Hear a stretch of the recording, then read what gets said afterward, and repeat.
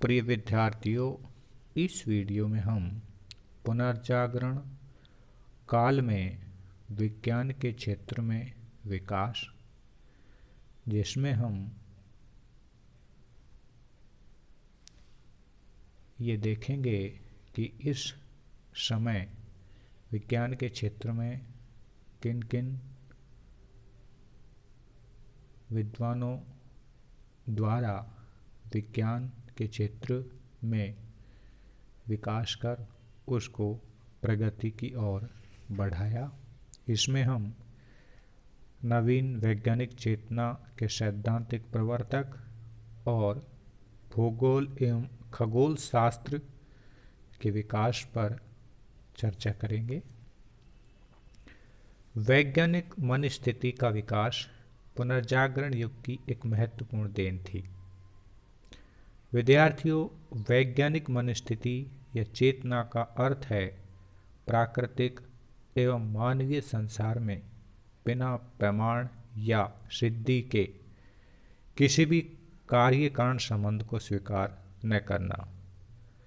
मध्यकालीन यूरोप में ईसाई धर्मशास्त्र एवं धर्म गुरुओं के कथनों पर उन्हें स्वयं सिद्ध सत्य मानकर आंख मूंद कर विश्वास कर लिया जाता था।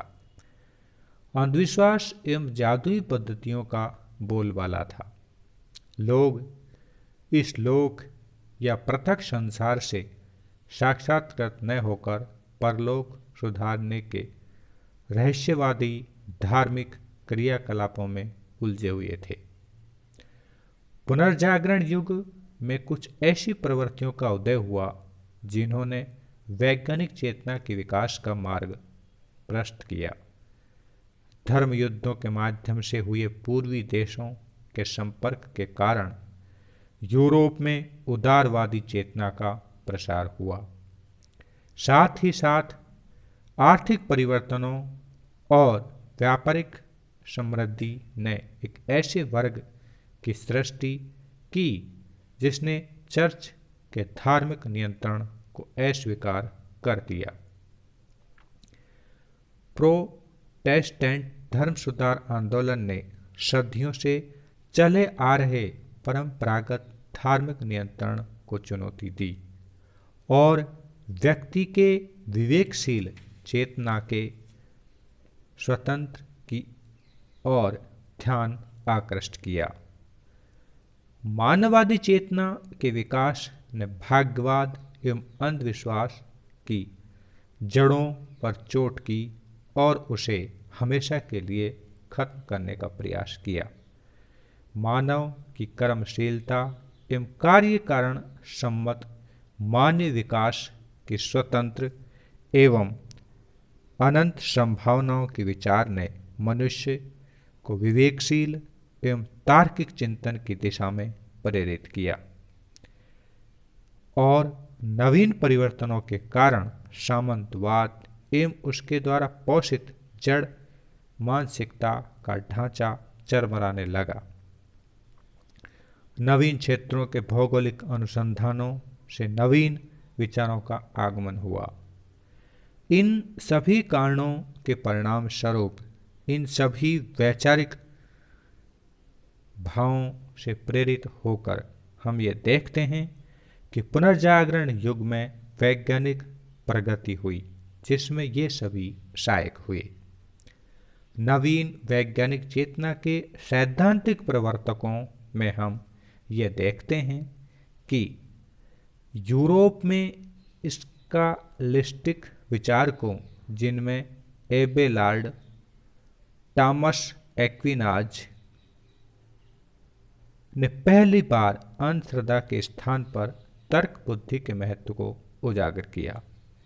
हालांकि इसकी पृष्ठभूमि में उनका प्रयोजन धार्मिक कथनों को सिद्ध करता ही था, लेकिन हम देखते हैं कि रोजर बेकन, जो कि 1214 से 1294 में पहली बार बहुत स्पष्ट शब्दों में व्यक्ति की विवेकशील एवं तर्क बुद्धि प्रधान मन स्थिति को स्वतंत्र उपयोग की महत्ता का प्रतिपादन किया। उसके कथनों में वैज्ञानिक चेतना के स्पष्ट सूत्र विद्यमान थे। पेरिस विश्वविद्यालय में अपने एक व्याख्यान में उन्होंने कहा था, प्रयोग से ही प्राकृतिक, रासायनिक, भैषजिक, वस्तुतः स्वर्ग और पृथ्वी पर अवस्थित सब वस्तुओं का ज्ञान प्राप्त किया जा सकता है। रोजर बेकन ने कुछ ऐसे वैज्ञानिक सिद्धांत प्रतिपादित किए जिनमें मोटर, हवाई जहाज एवं वाष्प चालित जहाज के आविष्कार की संभावनाओं को व्यक्त किया गया। रोजर बेकन के कथनों को उस काल में खतरनाक माना गया और उसे जेल में भी डाल दिया गया। इस प्रकार हम देखते हैं कि पुनर्जागरण काल में विज्ञान के इस प्रकार एक तर्क का प्रयोग करते हुए जो विचारक और विद्वान हुए, उनके साथ कठिनाइयां भी आई। बाद के चिंतकों में वैज्ञानिक चेतना के महत्व को अपेक्षाकृत अधिक पुरजोर शब्दों में, जिसमें कि फ्रांसिस बेकन ने रेखांकित किया। उसके अनुसार ज्ञान की प्राप्ति के लिए कार्य कारण संबंध को परीक्षण एवं प्रयोग द्वारा जानना बहुत अनिवार्य है। अपनी पुस्तक द एडवांसमेंट ऑफ लर्निंग में उसने प्राकृतिक तथा भौतिक विज्ञानों के अध्ययन की आवश्यकता पर जोर दिया। इसके बाद डेकार्त, जो कि 1561 से 1626 ईस्वी ने रेखांकित किया, उसके अनुसार ज्ञान की प्राप्ति के लिए कार्य कारण संबंध को परीक्षण एवं प्रयोग द्वारा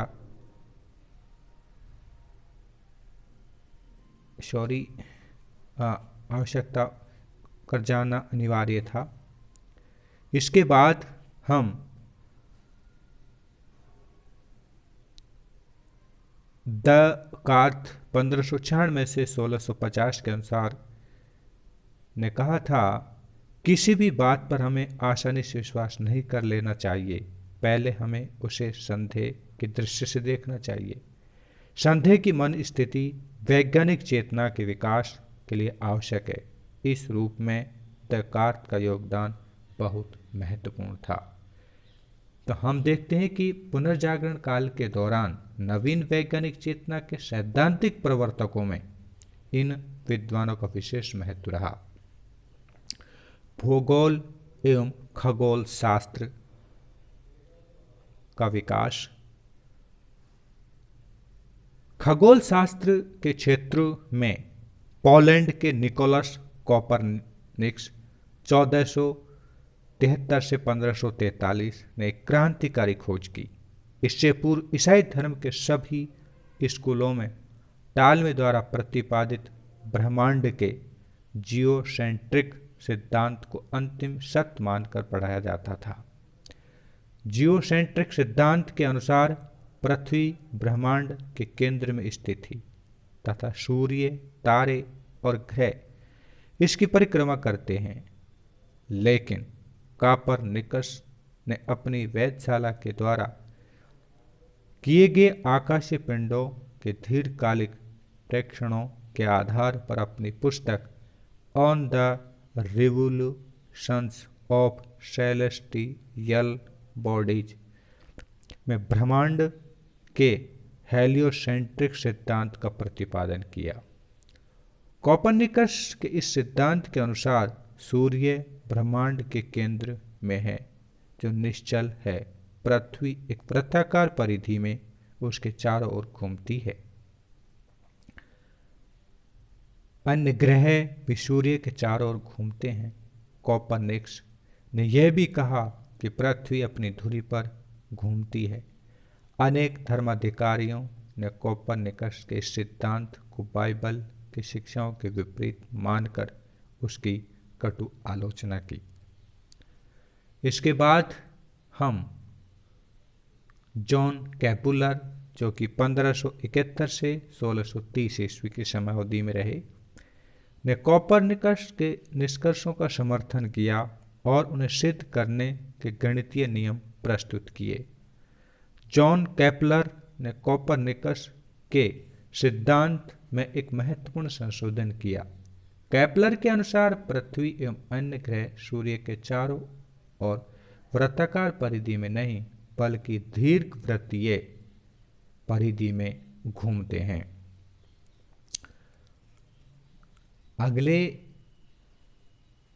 विद्वानों में हम इटली के खगोल शास्त्री गैलीलियो, जो कि 1564 से 1642 ईस्वी की समयावधि में हुए, इन्होंने अंतरिक्ष में बहुत दूर तक देखने वाली एक दूरबीन का आविष्कार किया, जिसकी सहायता से उसने आकाशीय पिंडों एवं उनकी गति का अध्ययन किया। गैलीलियो ने कोपरनिकस के सिद्धांतों के समर्थन में एक पुस्तक प्रकाशित की, जिसे धर्म विरोधी करार कर गैलीलियो पर मुकदमा भी चलाया गया। उसकी किताब को जला दिया गया।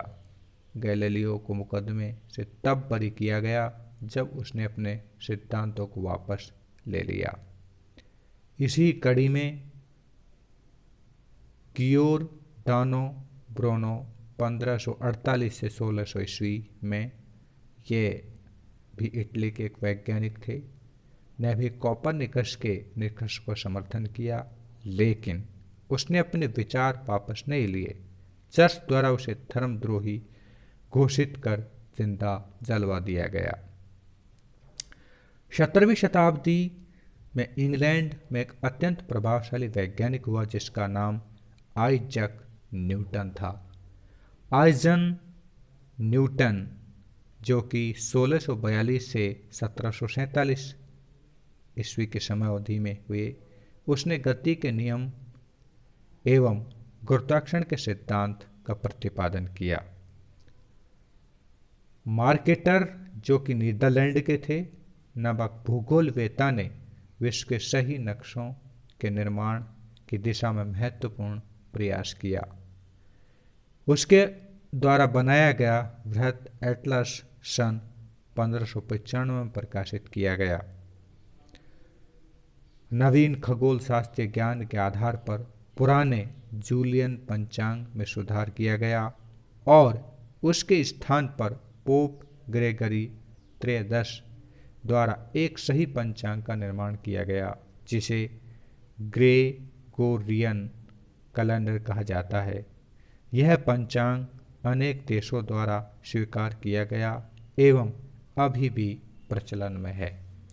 इस प्रकार विद्यार्थियों एक नवीन वैज्ञानिक चेतना और भूगोल और खगोल शास्त्र में विभिन्न विद्वानों और वैज्ञानिकों द्वारा किस तरह नई खोज की गई और पुनर्जागरण काल के दौरान विज्ञान के विकास में हम ये देखते हैं कि भूगोल और खगोल शास्त्र में किस प्रकार विकास हुआ।